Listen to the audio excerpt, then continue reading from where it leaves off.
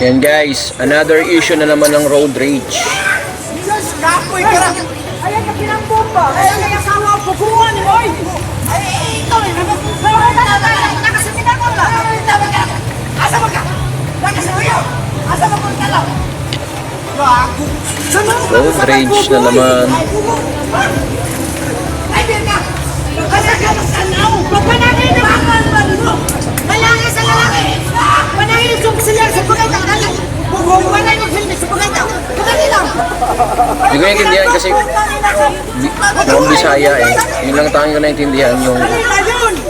Kanina yun! O, inaupin! grabe may ano na, police auxiliary na yun sa ano.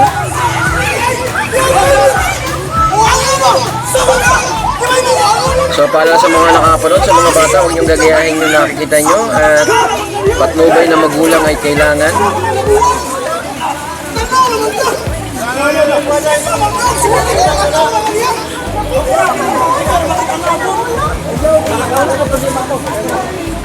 Talaga minsan talaga yung init ng ulo, talagang gitgitan lang yan for sure. Gitgitan lang yan.